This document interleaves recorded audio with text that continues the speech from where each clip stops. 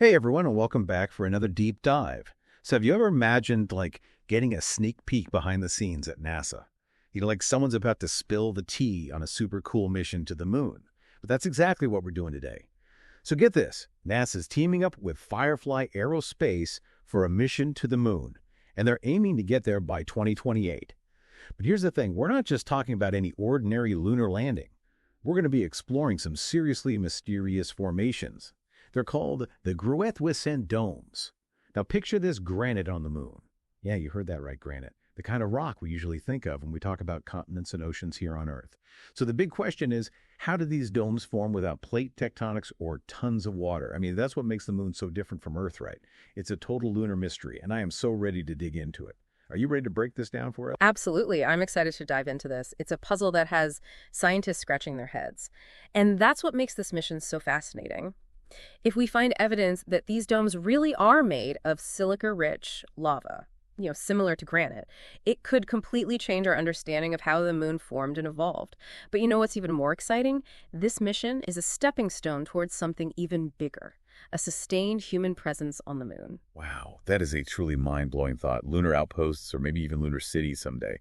That's incredible. But okay, let's take a step back for a second and talk about Firefly Aerospace. Yeah. Because they seem to be making a real name for themselves in the world of lunar exploration. Oh, they absolutely are. This is actually their fourth mission to the moon, which is pretty impressive for a private company, don't you think? They've actually got a launch coming up really soon to Mons-Lettre in just a couple weeks.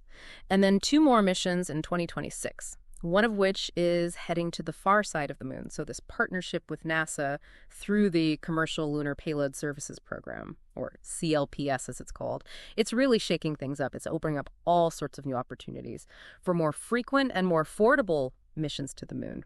So it sounds like NASA is really serious about creating a whole lunar economy. It's not just about planting a flag and coming home anymore. They're thinking long term. What I find fascinating is that Firefly is delivering 6 different science experiments.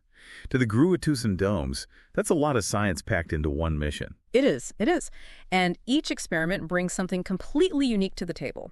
We've got LVISE, for example, that's the Lunar Vulcan Imaging and Spectroscopy Explorer, which will be analyzing the composition of the domes. And then there's Heimdall. It'll be our eyes on the ground, capturing breathtaking panoramic images of the landing site. Hold on, Heimdall. That name rings a bell. Like the all-seeing Norse god array. That's a pretty cool name. We're going to get these awesome panoramas of the lunar landscape. Precisely. Think of it as having a front row seat to the moon. But these images aren't just for show. They'll provide crucial context for scientists to interpret all the other data that's being collected. So Heimdall's like the mission's official photographer then. I bet those images will end up in textbooks and documentaries, inspiring the next generation of lunar explorers. All right, what else will we be using to unlock the secrets of these domes? We've got Sampler, the sample acquisition, morphology, filtering, and probing of lunar regolith. Okay, that's a mouthful. It is a bit of a tongue twister, but basically it's a robotic arm that's going to be scooping and sifting through lunar regolith, which is essentially moon dust. Moon dust, huh? Yeah. What can we learn from that? You may be surprised. It's been exposed to radiation micrometeoroid impacts and the solar wind for billions of years. By analyzing its composition, we can learn so much about the processes that have shaped the lunar surface over time. So it's like a time capsule of lunar history. That's pretty cool. Now I see we have some instruments that aren't just focused on the domes themselves, like this experiment for low-frequency radio observations from the near-side lunar surface. What's that all about? Ah, yes, that one. That's essentially a radio telescope on the moon. It's going to be listening for faint signals from the universe, the kind that are really difficult to detect from Earth because of all the radio interference we generate down here. It's like we're setting the listening post on the moon. Exactly. And it could provide us with incredible data about the early universe, the formation of stars and galaxies, maybe even clues about dark matter and dark energy. Now that's what I call pushing the boundaries of science. What about the photovoltaic investigation on the lunar surface? That's an important one, too. We're going to be testing the efficiency of advanced solar cells in the harsh lunar environment. So are we talking about solar panels for future lunar bases? Potentially. If we're going to have a sustainable presence on the moon, we're going to need reliable power sources. And what better source than the sun itself? It makes sense. No cloudy days on the moon. But speaking of challenges, we can't forget about radiation exposure. Is that where the neutron measurements at the lunar surface experiment comes in? That's exactly right. We'll be measuring neutron radiation levels, which is absolutely crucial for understanding the risks to future astronauts and developing ways to keep them safe. It's a reminder that space exploration is not without its risks. But with careful planning and some seriously cool technology, we can overcome those challenges and make lunar exploration safer for everyone. Absolutely. It's all about pushing the boundaries of what's possible while keeping safety at the forefront. Well said. This is all so incredibly fascinating. It's like we're on the verge of a new era of lunar exploration. I couldn't agree more. It's an exciting time to be following all of this. Absolutely. We're not just dreaming about the moon anymore. We're taking concrete steps to make it our next home away from home. And who knows what incredible discoveries await us when we get there. I can't wait to find out. This is going to be an incredible journey. It certainly is. And we're just getting started. That's right. Stay tuned. Because there's so much more to come. So much to unpack here. It's amazing to think about all the work that goes into making sure these missions are both scientifically valuable and safe for future explorers. We've got these 6 instruments, each tackling a piece of the lunar puzzle. But what are we really hoping to learn from all this data? The big question, of course, is how did those Gruithuysen domes form? If they really are made of granite or a similar silica-rich rock, well, it would challenge everything we think we know about the moon's geology. I mean, remember, we don't see those kinds of rocks forming without plate tectonics and lots of water. And the moon has neither of those. Right. It's totally unexpected. It's like finding a palm tree in Antarctica. Yeah. So how do we even begin to figure this out? Well, that's where LVIC comes in. It's going to be our geological detective, equipped with a whole suite of instruments designed to analyze the composition of those domes. We're talking spectrometers, high-resolution cameras, even thermal sensors to measure temperature variations. Think of it as giving the domes a full-body scan inside and out. And I can't forget about those mobile instruments you mentioned earlier.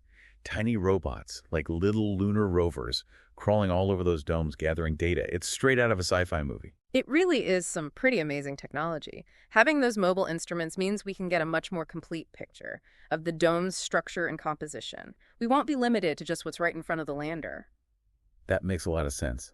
So while LVAC is busy unraveling the secrets of the dome's composition, Heimdall will be providing us with that all-important visual context, like the mission's official photographer. You got it. Heimdall will be capturing those stunning panoramic images of the landing site and the surrounding terrain. But these pictures aren't just for pretty postcards. They'll be crucial for scientists to really understand the data from the other instruments. I bet those images will end up in textbooks and documentaries, inspiring a whole new generation of lunar explorers. Speaking of inspiration, let's talk about Sampler, our lunar dust expert. I love that they're repurposing a spare part from a Mars rover for this experiment. Talk about getting the most bang for your buck. Yeah. But you mentioned earlier that studying lunar dust is really important. Can you tell us a bit more about that? Oh, absolutely. You see, lunar regolith, or moon dust, as it's more commonly known, it's like a silent storyteller. It's been bombarded by micrometeoroids, bathed in solar radiation, and exposed to the solar wind for billions of years. And all those processes leave their mark on the dust, changing its composition and properties. So by analyzing the dust, we can learn about the history of the lunar surface and the forces that have shaped it over time. Precisely.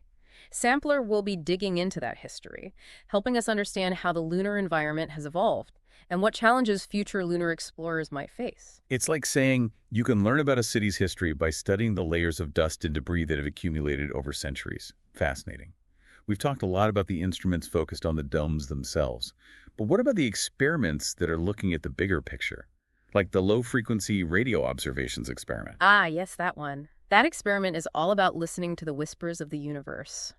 Radio astronomy gives us this unique window into the cosmos. It allows us to study objects and phenomena that are invisible to optical telescopes. I'm guessing conducting these observations from the moon has some advantages over doing them from Earth. You bet. The moon's thin atmosphere and lack of human-generated radio interference makes it an ideal location for radio astronomy. We can detect much fainter signals from the depths of space, potentially revealing secrets about the early universe, and even the nature of dark matter and dark energy. Wow, that's mind-blowing. So we're pushing the boundaries of both geology and astronomy with this mission. And then there's the photovoltaic investigation. Why is testing solar cell technology on the moon so important? Well, if we want to establish a long-term presence on the moon, we're going to need a reliable and sustainable power source. And solar energy seems like the obvious choice. The moon is bathed in sunlight almost constantly, and there's no atmosphere to filter it out. It's like a giant solar panel just waiting to be tapped. But wouldn't dust accumulation be a problem for solar panels on the moon? That's a valid concern. And it's something scientists and engineers are actively working to address. There are all sorts of strategies being developed, like self-cleaning coatings and electrostatic dust mitigation techniques. It's fascinating to think about the challenges and innovations involved in making lunar living a reality. And speaking of challenges, let's not forget about radiation.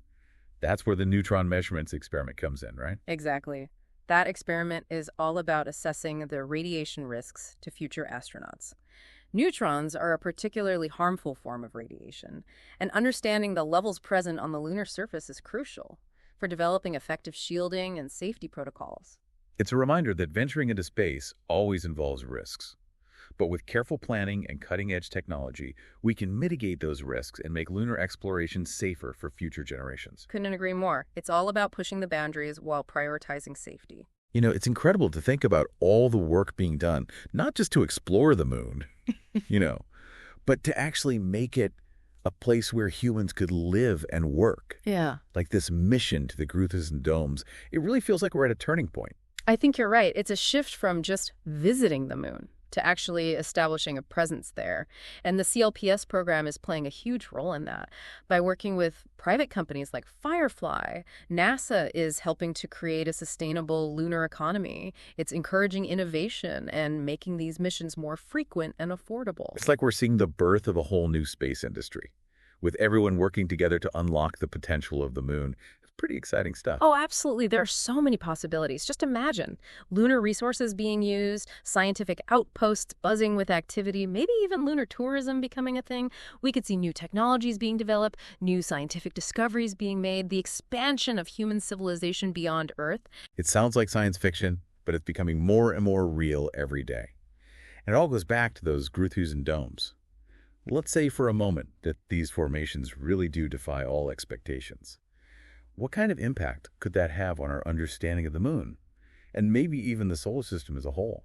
I mean, it would be a huge paradigm shift. If we discover that these domes formed in a way that we never thought possible on the moon, it would force us to rethink our entire understanding of how it evolved. And who knows, it might even change how we think about planetary formation in general. It's amazing to think that even our closest celestial neighbor still holds mysteries that can challenge our assumptions and push the boundaries of our knowledge. Absolutely. This mission to the Gruthers Domes could completely rewrite the textbooks on lunar geology. It could spark a whole new wave of research and exploration. Well, I don't know about you, but I'm finding all of this incredibly exciting. It's more than just a science mission.